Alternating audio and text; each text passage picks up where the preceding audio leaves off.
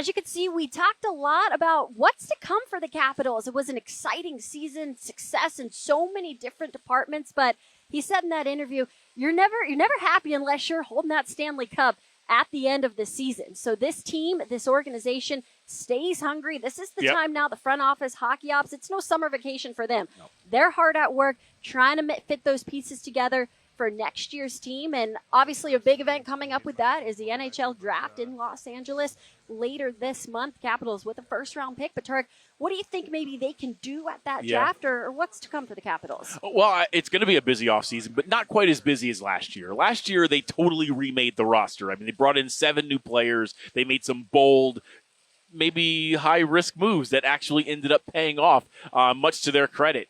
I call them high risk. They probably wouldn't agree. They'd probably say, oh, we knew those were going to work. This year, they're not going to be quite as busy in terms of rebuilding the roster. They're going to be kind of augmenting, kind of nibbling around the edges. They do have the opportunity and the cap space to go make a big move if they want to. But with the salary cap ceiling, Katie, going up $7.5 million, there are a lot of teams that didn't have the success that the Capitals had last year who are going to be looking to spend like drunken sailors, right? And so the Caps have to avoid getting into one of those bidding wars for someone that they like. They typically are able to stay away from that stuff, but they're going to have cap space. To me, I would say the biggest need for this team is kind of rebuilding that third line. They got 18 players coming back, but, Andrew Mangiapane, we don't know what's going to happen with him. Anthony Beauvillier, also a free agent. Lars Eller, also a free agent. There are a number, Taylor Radish, we don't know what's going to happen there. There are a number of key players that need to make decisions on.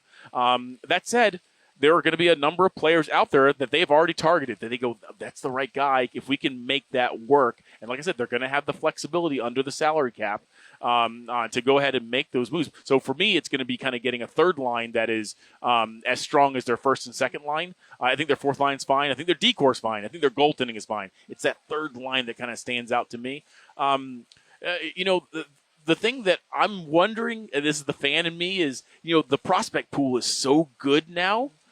I wonder if that might allow them to get a little, maybe dangle some of those picks that they have at the draft in a few weeks and try to maybe make a trade for a player who can help them on the third line. I'm sure the amateur scouting staff is sitting there going, no way. We need those picks. How do you think we improve that draft pool? But when your draft pool, according to The Athletic, it went from 20th to 9th in 1 year. Thanks to Ilya Protas and Cole Hudson and Ryan Leonard. So many good players took big steps forward this year in their prospect pipeline. So that's what I'm wondering is, are they going to be aggressive at the trade because they kind of have a little bit of cushion there?